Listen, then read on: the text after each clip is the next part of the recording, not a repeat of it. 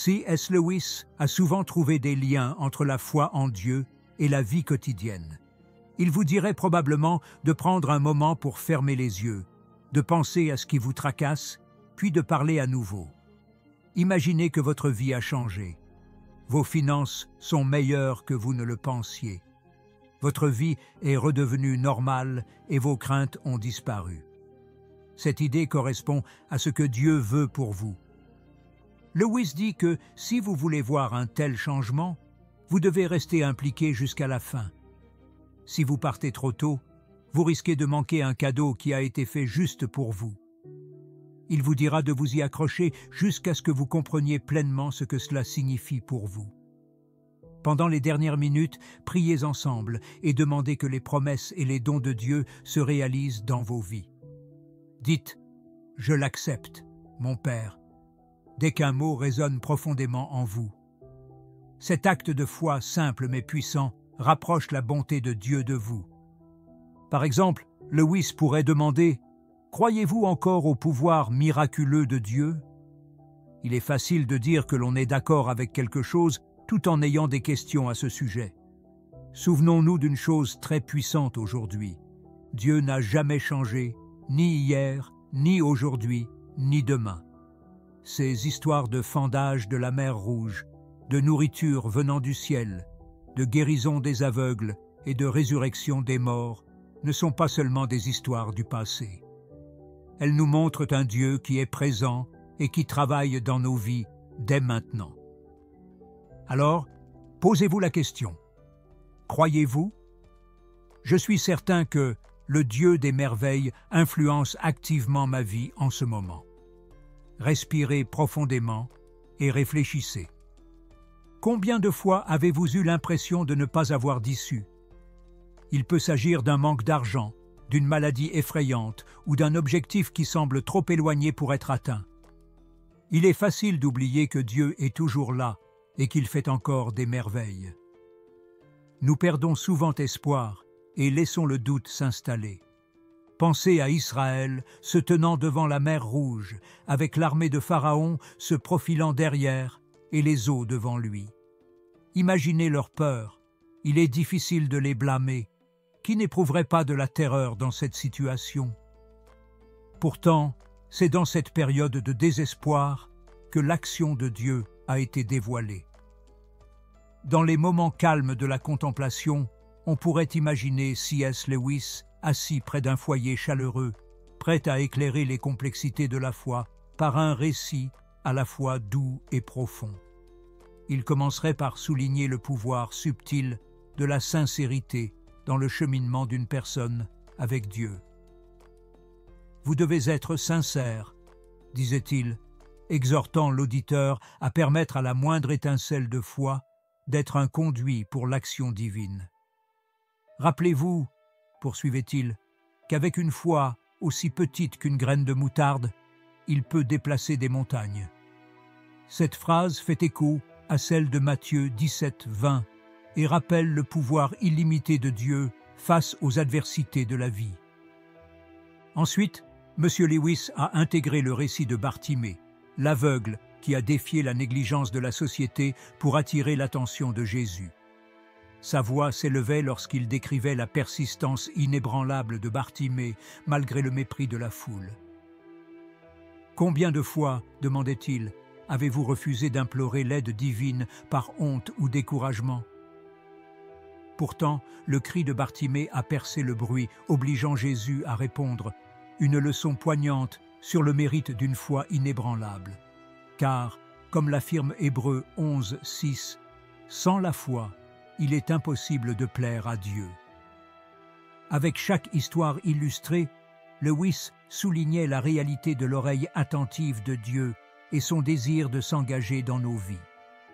Il rappelle gentiment à l'auditoire que le retard des miracles n'est pas le signe d'une indifférence divine, mais plutôt d'une période de préparation, semblable à l'attente qui a précédé la résurrection de Lazare par Jésus.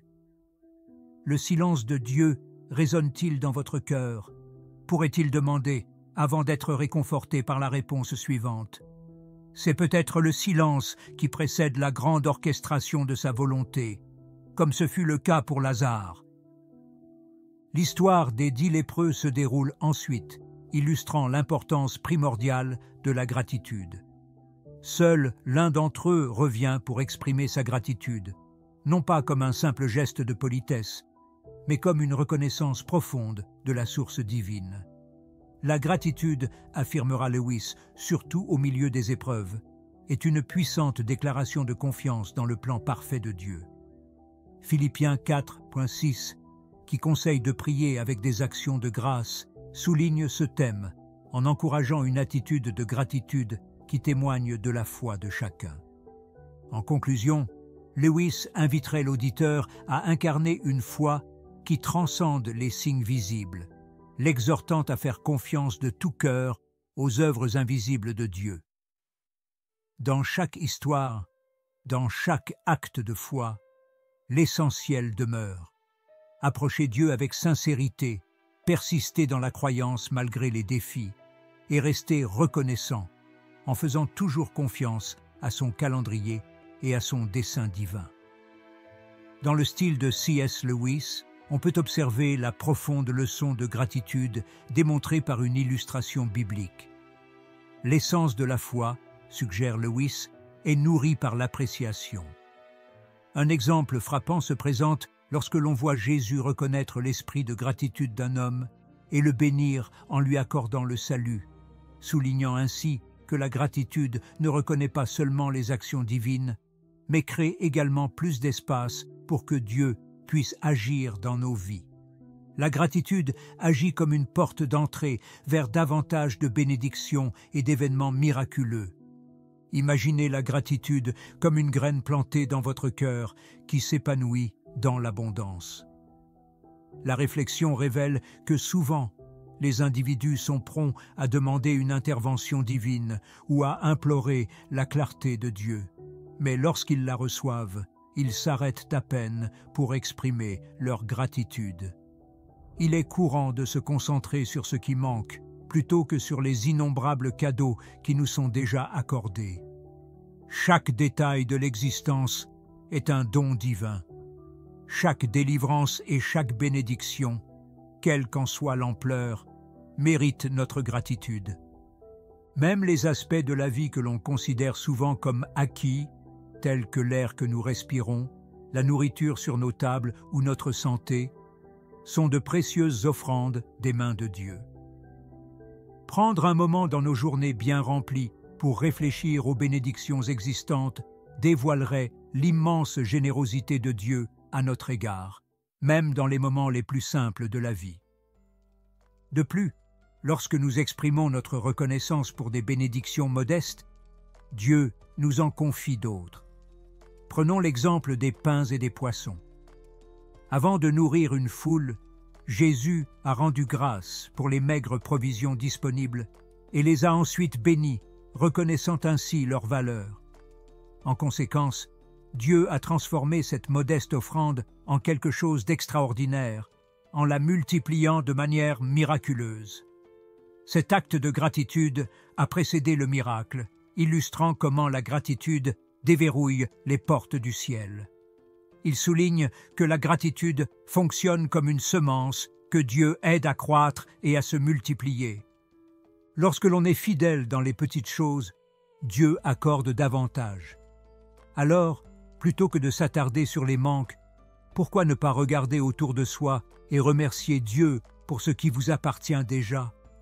Même des choses apparemment insignifiantes peuvent devenir abondantes entre les mains de Dieu.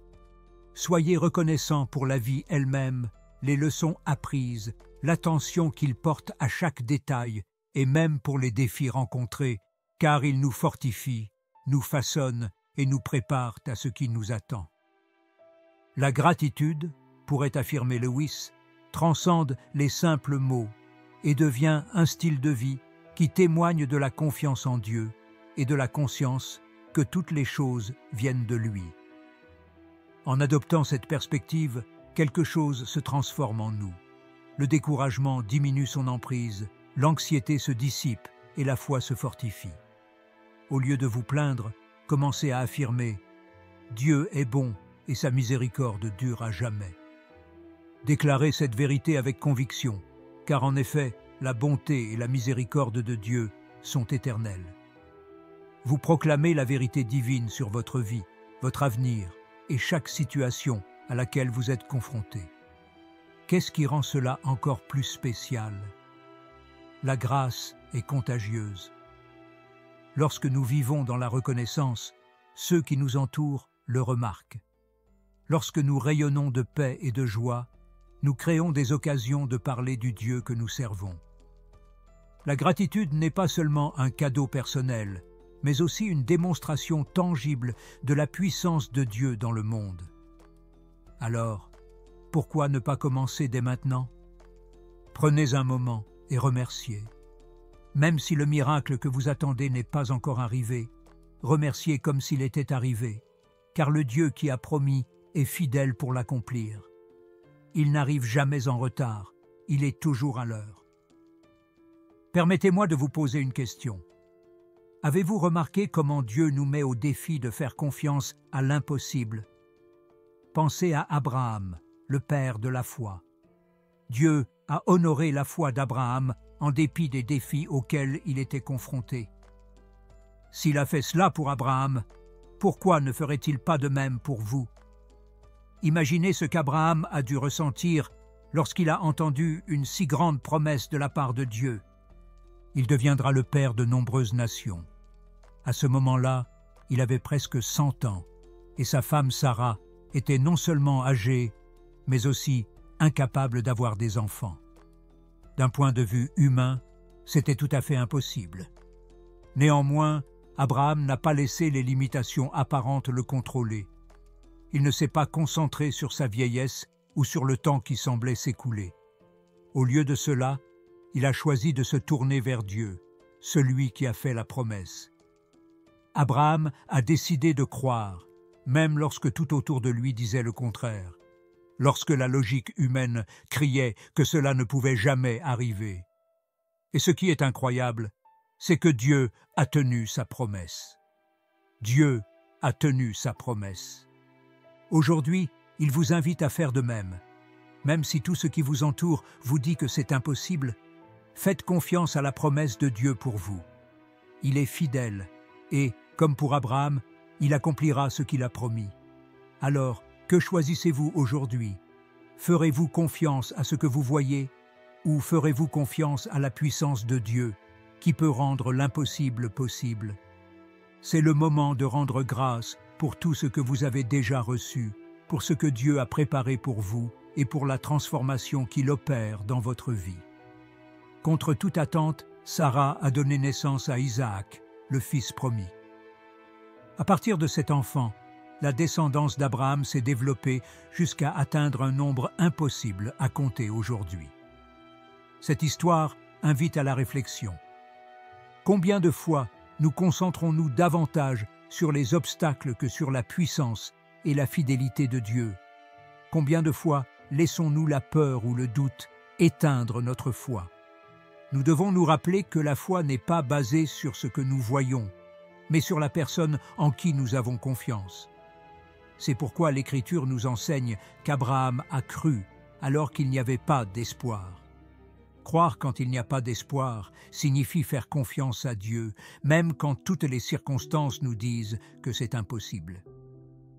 Dans le paisible village d'Oxford, la rumination tranquille d'un penseur émerge, rappelant le grand C.S. Lewis, un homme dont la vie a été une quête pour comprendre la guidance divine dans les aspects banals de la vie. Un de ces aspects étant la perception de la richesse et de la providence divine. Ici, comme Lewis aurait pu le faire, le récit se déroule sérieusement, nous encourageant à embrasser la nature illimitée de Dieu et la conviction que ses promesses transcendent nos limites terrestres. Lewis, toujours conteur, commence par l'histoire d'Abraham, un personnage dont la foi inébranlable devant les assurances de Dieu souligne une leçon puissante. Là où la logique humaine voit l'impossibilité, la foi voit le potentiel. Abraham a fait confiance de manière inconditionnelle et, ce faisant, a appris que les défis apparemment insurmontables de la vie ne sont que des occasions pour Dieu de révéler sa puissance inépuisable? Où vous trouvez-vous en train de lutter pour faire confiance? Peut-être que les fardeaux sont lourds, que le tic-tac des horloges s'accélère contre vous. Mais rappelez-vous que Dieu est inébranlable dans l'accomplissement de ses promesses. Comme Lewis pourrait le dire, il y a une question profonde dans nos cœurs. Quelle est la promesse que Dieu vous a murmurée? S'agit-il d'une ambition profondément ancrée en vous ou d'une vérité révélée par sa parole à laquelle vous vous êtes accroché? Quelle que soit sa forme, le doute s'est-il insinué, alimenté par les difficultés que vous rencontrez?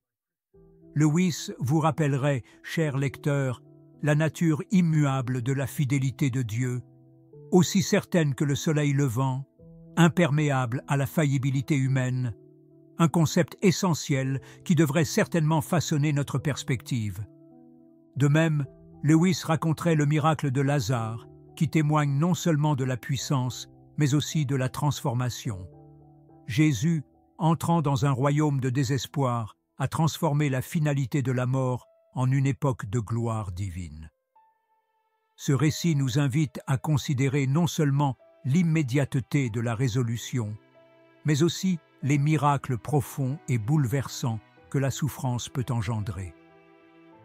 Les merveilles de Dieu ne servent pas seulement de bénédiction personnelle, mais de catalyseur pour une métamorphose spirituelle collective.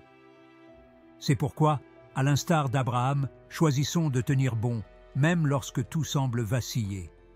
La confiance, comme l'or, s'affine dans l'épreuve. Acceptons cette vérité. Dans notre fermeté, nous nous mettons en position de voir les promesses de Dieu se déployer de manière inimaginable. Comme Lewis, faites en sorte que votre discours soit un discours de foi, de résilience et de confiance inébranlable, car si Dieu a parlé, il agira sûrement. Dans le domaine de l'impossible, Dieu reste l'artisan consommé. Ces miracles, qui ne sont pas simplement des actes de puissance, mais une éloquence divine qui façonne la toile de la vie avec les coups de pinceau de la foi. Amen. Lorsque Jésus a demandé que la pierre soit enlevée du tombeau, Marthe a hésité, faisant remarquer que plusieurs jours s'étaient déjà écoulés depuis la mort de Lazare et que son corps était probablement en train de se décomposer. Mais Jésus a répondu avec force. « Ne vous ai-je pas dit que si vous croyez, vous verrez la gloire de Dieu ?» À ce moment-là, devant tout le monde, il a rappelé Lazare à la vie. Ce n'était pas seulement un miracle pour Marthe et Marie. Il a servi de testament puissant à tous ceux qui étaient présents. Maintenant, réfléchissez à ceci. Combien de fois Dieu utilise-t-il les miracles qu'il accomplit dans nos vies pour affecter la vie d'autres personnes? Souvent, nous croyons qu'un miracle résout uniquement notre souffrance. Pourtant, Dieu a un objectif bien plus grand. Il veut que sa gloire soit visible, que sa bonté soit reconnue et que tous ceux qui nous entourent soient touchés d'une manière ou d'une autre. Remarquablement, avant même que le miracle ne se produise, la manière dont vous faites confiance à Dieu peut déjà être un témoignage. Vous souvenez-vous de Shadrach, Meshach et Abednego? Ils ont été jetés dans la fournaise, le roi croyant que ce serait leur fin. Mais ce dont il a été témoin était extraordinaire. Les trois hommes ont marché au milieu des flammes, indemnes, avec une présence divine parmi eux. À leur sortie de la fournaise, le roi qui les avait condamnés a déclaré que leur Dieu était le vrai Dieu. Je vous demande donc ce que Dieu prépare dans votre vie et qui aura un impact profond sur ceux qui vous entourent. Que fait-il, même dans des défis apparemment insurmontables? Souvent, nous ne comprenons pas le processus, mais nous savons que quelque chose de bien plus grand est en train de se dérouler. Quelque chose que seuls ceux qui sont inébranlables dans la foi peuvent expérimenter.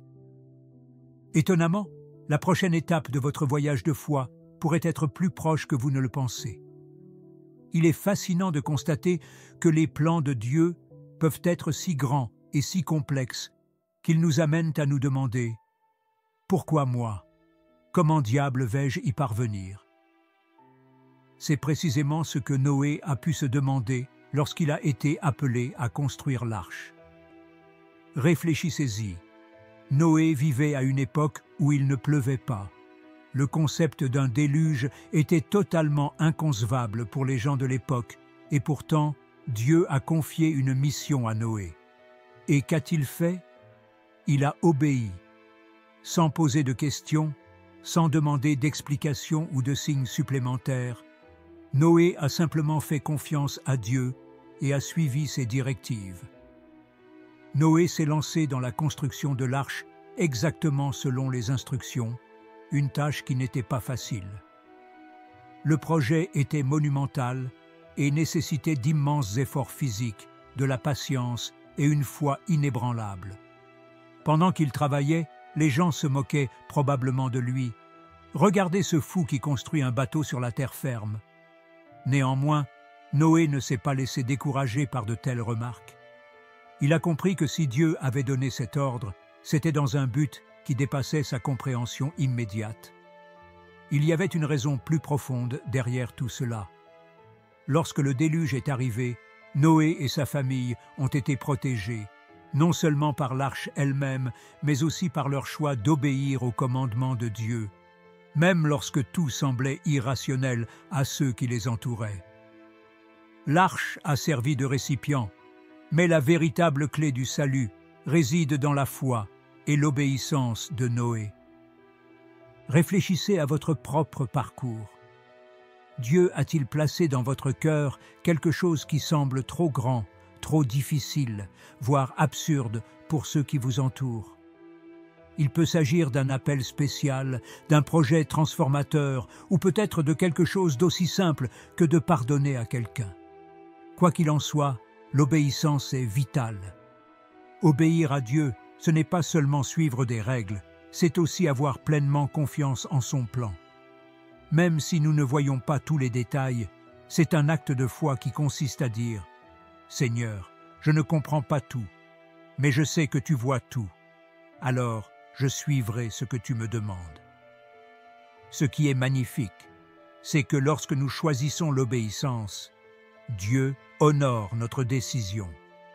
Non seulement il nous donne la force nécessaire pour accomplir sa volonté, mais il utilise aussi notre obéissance pour influencer et bénir la vie des autres. Prenons l'exemple de Noé. Grâce à sa fidélité, Dieu a préservé toute la création, affectant les générations de manière inimaginable. Cela s'est produit uniquement parce que Noé a décidé de faire confiance à Dieu et d'agir en fonction de ce qu'il lui demandait. Maintenant, laissez-moi vous demander quelle est l'arche que Dieu vous appelle à construire aujourd'hui. Il peut s'agir de quelque chose qui, au départ, semble peu important, mais qui aura un impact significatif à l'avenir. Ou peut-être est-ce quelque chose qui vous tient à cœur depuis longtemps, mais que vous avez hésité à entreprendre. Rappelez-vous que Dieu ne choisit pas ceux qui sont déjà prêts. Il équipe ceux qu'il choisit. Tout comme il a guidé Noé à chaque étape, il vous guidera également. Voici quelque chose d'étonnant. Souvent, le miracle que nous attendons commence par la simplicité de l'obéissance. Se pourrait-il que le pas que Dieu attend de vous maintenant soit simplement de faire confiance et de faire ce premier pas? Regardez Jésus. Son obéissance n'était pas partielle, mais complète, même dans un moment aussi profond que celui de donner sa propre vie. C'est cette contemplation que je veux partager avec vous. Si quelqu'un nous enseigne ce que signifie obéir avec amour, c'est bien Jésus. Rappelez-vous sa prière dans le jardin de Gethsémani. Jésus comprenait parfaitement ce qui allait se passer. Il était conscient de la douleur, de la souffrance et de l'humiliation qui l'attendait. Mais à ce moment-là, il a fait quelque chose de profondément humain et divin à la fois. Il a prié « Père, si possible, éloigne de moi cette souffrance, mais que ce ne soit pas ma volonté qui se fasse, mais la tienne. » Remarquez que Jésus n'a pas caché ses sentiments. Il a montré que l'obéissance ne signifie pas qu'il ne faut pas lutter, mais qu'il faut décider de faire confiance au plan de Dieu, même si cela nous coûte de la peine. l'aspect le plus profond est que l'obéissance de Jésus ne découlait pas de la peur ou de l'obligation, mais de l'amour. L'amour illimité pour le Père et pour chacun d'entre nous est au cœur de cette histoire. Le choix de la croix était un acte conscient, sachant que c'était le seul moyen de rétablir notre lien avec le divin. Ce sacrifice ultime a changé à jamais le cours de l'histoire humaine. Mais surtout, Jésus ne nous a pas laissés seuls sur le chemin de la fidélité. Il nous a accordé le Saint-Esprit, notre consolateur, pour nous donner la force et la direction. Si vous avez du mal à vous conformer, rappelez-vous que vous n'êtes jamais seul sur ce chemin. La présence divine marche avec vous, vous offrant son soutien à chaque étape du chemin. Le récit de l'adhésion de Jésus ne se termine pas avec la crucifixion. Après le sacrifice, la résurrection apporte la victoire. C'est cette vérité qui doit être chérie dans votre cœur. Marcher avec la divinité peut poser des défis. Elle exige des sacrifices et du courage dans les moments difficiles. Pourtant, la récompense est toujours bien au-delà de ce que l'on peut imaginer. En gardant cela à l'esprit, réfléchissez à l'aspect de votre vie que le divin cherche à récupérer ou à dévoiler. Tout comme Jésus s'est entièrement abandonné et a été exalté, peut-être y a-t-il quelque chose qu'il vous appelle à libérer pour qu'il vous élève à des hauteurs inimaginables. Après avoir réfléchi à cela, il est temps d'accueillir un moment spécial. Les mots humains ne suffisent peut-être pas à exprimer tout ce que le divin fait en nous. Il est temps de tendre la main dans la prière en abandonnant nos peurs, nos batailles et notre gratitude. Avant cela, prions ensemble. Dieu Tout-Puissant, nous te louons et te remercions pour ta fidélité inébranlable. Nous t'exaltons, Père, parce que tu es celui qui sépare les mers, transforme les petites choses en abondance, ressuscite nos rêves et change nos vies. Aujourd'hui, réfléchissant à ce que nous avons absorbé, nous nous approchons de toi avec humilité, abandonnant nos doutes, nos peurs et nos limites. La paix et la direction véritable ne se trouvent qu'en toi. Renforce notre confiance, en particulier lorsque le chemin semble incertain et que nos pas sont chancelants. Nous nous efforçons de suivre avec foi, même lorsque la compréhension nous échappe, confiant que ton plan est plus vaste et plus parfait que notre compréhension. Père céleste bien-aimé, accorde-nous la force dans les déserts et les épreuves de la vie. Que l'espoir ne faiblisse pas, même lorsque les défis semblent insurmontables et que l'épuisement menace de l'emporter. Apprends-nous à reconnaître ta provision et ton amour à chaque instant, même lorsque le chemin n'est pas clair. Même lorsque nous sommes au bord de l'épuisement, guide-nous pour louer de tout notre cœur, sachant que le meilleur est encore à venir. Chaque pas d'obéissance, chaque prière persistante et chaque petit acte de foi reflètent ta grandeur et ta gloire. Seigneur, entends nos prières silencieuses. Nous demandons humblement que ta puissance devienne évidente dans nos vies, permettant à tous ceux qui nous entourent de voir clairement que tu es le Tout-Puissant, le Dieu des merveilles, dont les miracles continuent aujourd'hui comme par le passé et persisteront à jamais. Que notre existence soit un témoignage vivant de ton amour, de ta compassion et de ta puissance. Au nom de Jésus, avec gratitude et espoir, nous te prions. Nous t'en prions, au nom de Jésus, avec gratitude et espoir. N'oubliez pas de vous abonner à notre chaîne et d'activer la cloche de notification. Ainsi, vous serez instantanément alerté sur votre appareil chaque fois que nous partagerons un nouveau message de Dieu. Que la paix de Dieu vous accompagne aujourd'hui et toujours, et que sa bénédiction vous guide tout au long de votre voyage. À partir de ce point du récit, nous réfléchissons à la manière dont les défis quotidiens de la vie mettent souvent à l'épreuve notre foi et notre résilience.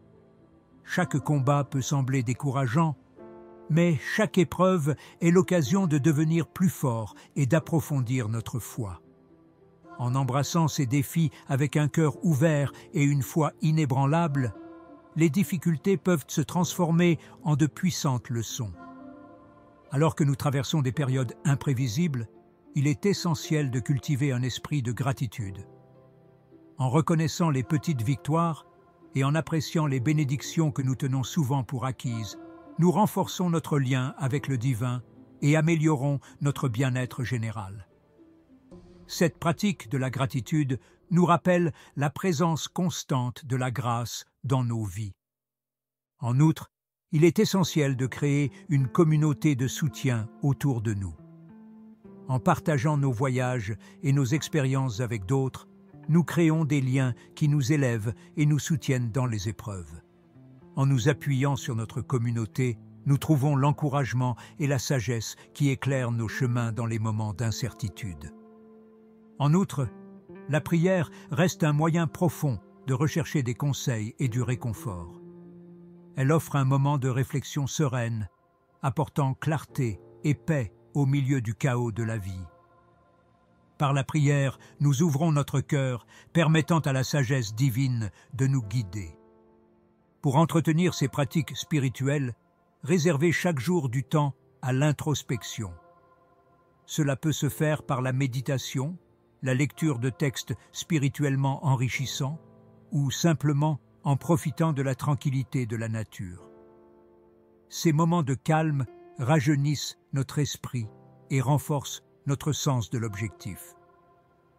En conclusion, la vie est un voyage rempli d'épreuves et de triomphes. En restant connectés à notre foi, en exprimant notre gratitude, en encourageant les communautés de soutien et en consacrant du temps à la réflexion spirituelle, nous nous donnons les moyens de parcourir ce chemin avec grâce et résilience. En allant de l'avant, nous pouvons continuer à chercher et à partager la lumière, en veillant à ce que nos vies restent un témoignage du pouvoir de transformation de l'amour et de la foi.